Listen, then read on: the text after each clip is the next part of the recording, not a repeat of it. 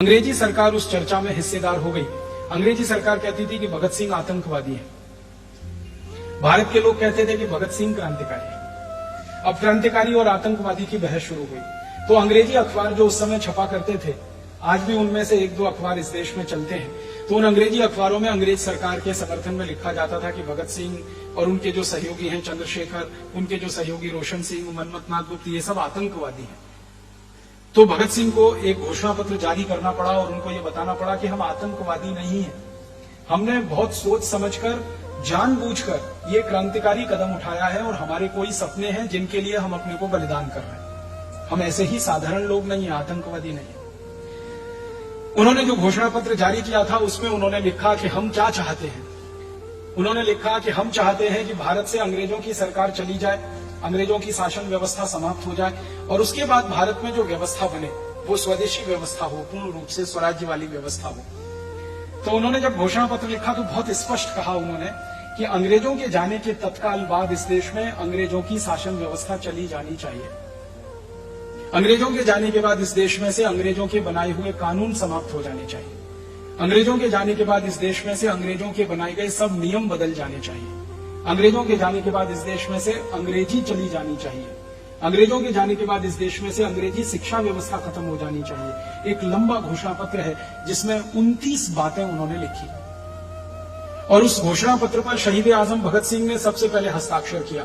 बाद में जब घोषणा पत्र जेल के बाहर आया तो उनके दूसरे सहयोगियों के हस्ताक्षर उस पर हुए। उस पर चंद्रशेखर आजाद के हस्ताक्षर हैं, उस पर ठाकुर रोशन सिंह के हस्ताक्षर हैं, उस पर रामप्रसाद बिस्मिल के हस्ताक्षर हैं। ऐसे उस जमाने के 7 बड़े क्रांतिकारियों के हस्ताक्षर से वो घोषणा पत्र जारी हुआ। सारे देश के अखबारों में वो छपा। तब भारत के लोगों को ये पता चला कि ये सारे क्रांतिकारी किसी सपने के लिए अपने आप को कुर्बान कर रहे हैं, शहादत को अपने ऊपर ओढ़ रहे हैं। और वो सपना क्या है? अंग्रेज चले जाएं। ये बड़ी बात नहीं है। भगत सिंह ने तो 1928 में ये बात कही थी, आप हैरान हो जाएंगे ये सुनकर। सन 1928 में एक अखबार का संपादक भगत सिंह जी को मिलने गया लाहौर के सेंट्रल जेल में। तो उन्होंने कहा कि आजादी तो आने ही वाली है। वो संपादक हैरान हो गया, आपको कैसे मालूम? उन्होंने कहा मुझे मालूम है आजादी आने वाली है। तो संपादक ने पूछ लिया कितने दिन में? तो उन्होंने कहा 15-16 साल में आजादी तो आ ही जाएगी। अंग्रेजों को तो जाना ही पड़ेगा, वो तो यहां नहीं रह पाएंगे और हम तो उनसे किसी भी तरह से आजादी ले लेंगे, लड़कर ले लेंगे, भिड़कर ले लेंगे, जैसे भी चाहे हम तो आजादी ले ही लेंगे। वो बड़ी बात नहीं है। बड़ी बात यह है कि आजादी आने के बाद अंग्रेज तो चले जाएंगे, अंग्रेजियत जाएगी क्या? ये सवाल उन्होंने किया था। तो संपादक को समझ में नहीं आया अंग्रेजियत का माने क्या। तो भगत सिंह ने कहा कि अंग्रेजों की शिक्षा व्यवस्था, अंग्रेजों की कानून व्यवस्था, अंग्रेजों की न्याय व्यवस्था, अंग्रेजों की प्रशासन व्यवस्था, ये सब मिलाकर अंग्रेजियत ये चली जाए इस देश में से, तब हमारा स्वप्न पूरा होगा।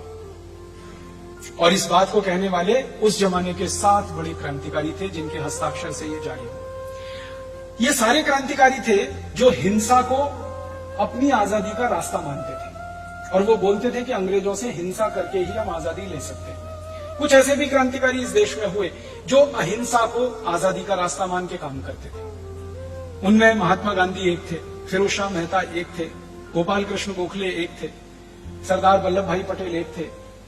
ऐसे क्रांतिकारी जो अहिंसा को रास्ता मान के चलते थे, ऐसे क्रांतिकारी जो हिंसा को रास्ता मानकर चलते थे। दोनों के समय के अलग अलग समय के घोषणा पत्रों को मैंने पढ़ा है, वो एक ही है, दोनों के रास्ते अलग अलग हैं। महात्मा गांधी ने घोषणा पत्र जारी किया संपूर्ण स्वराज्य के लिए और महात्मा गांधी के सहयोगियों ने उस पर हस्ताक्षर किए। लाहौर में वो जारी हुआ 1930 में। तो उस घोषणा पत्र में भी यही लिखा हुआ है कि हमको संपूर्ण आजादी चाहिए, संपूर्ण स्वराज्य चाहिए। और उसको स्पष्ट किया गया है वो ये कि अंग्रेज तो चले ही जाएंगे, उनके जाने का हमें कोई मन में संशय नहीं है। अंग्रेजों के जाने के बाद उनकी जो व्यवस्था है वो इस देश में नहीं रहनी चाहिए।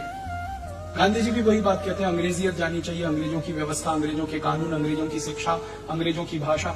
गांधी जी तो इतने ज्यादा उग्र थे, वो कहते थे कि एक दिन के लिए मुझे भारत में अंग्रेजों के जाने के बाद राज्य चलाने का मौका मिले, सिर्फ एक दिन के लिए, तो सबसे पहले मैं 2 ही काम करूंगा। एक तो अंग्रेजों के बनाए हुए सारे कानून जला दूंगा और अंग्रेजों की जो भाषा है अंग्रेजी, इसको एक दिन में पूरे देश में से खत्म कर दूंगा। अब हम ध्यान से देखें तो मैं ये मानता हूं वो ये कि भगत सिंह हो, चंद्रशेखर आजाद हो, रामप्रसाद बिस्मिल हो, ठाकुर रोशन सिंह हो, अशफाक उल्लाह हो, ये क्रांतिकारी हिंसा को रास्ता मान के काम करने वाले, महात्मा गांधी हो, मदन मोहन मालवीय हो, या सरदार पटेल हो या उनके सहयोगी हो फिरोज शाह मेहता वगैरह, ये अहिंसा को रास्ता मानकर चलने वाले दोनों ही क्रांतिकारी कैंची की तरह से काम करते थे। कैंची होती है ना, सीजर जिसको हम कहते हैं, उसमें एक फलक मान लो हिंसा वाला, दूसरा अहिंसा वाला, काम दोनों मिलकर अंग्रेजों की जड़ काटने का ही कर रहे थे। रास्ते अलग अलग थे, मान्यताएं अलग अलग थी, उद्देश्य दोनों का एक ही था। तो मैं कहना चाहता हूं वो ये कि जब हिंसा को आधार बनाकर क्रांति करने वाले, अहिंसा को आधार बनाकर क्रांति करने वाले सबके सपने एक ही थे, तो आजादी मिलने के तत्काल बाद भारत सरकार को यह करना चाहिए था कि क्रांतिकारियों के सपनों को पूरा करने के लिए इस देश में काम होना। लेकिन दुर्भाग्य से इस देश में कोई काम नहीं हुआ। मुझे तो इतना अफसोस है इस देश के बारे में, आजादी मिलने के बाद का देश हमारा कैसा है। हमारे देश में जिन लोगों ने शहादत दी, जिन लोगों ने बलिदान किया, जिन लोगों ने कुर्बानी दी, ऐसे लोग इस देश की सरकार की सूची में कहीं नहीं है। और जिन लोगों ने देश से गद्दारी की, अंग्रेजों से वफादारी की, अंग्रेजों से दोस्ती की, अंग्रेजों का सहयोग किया, वो इस देश की शासन व्यवस्था में सबसे ऊंचे पदों पर बैठे।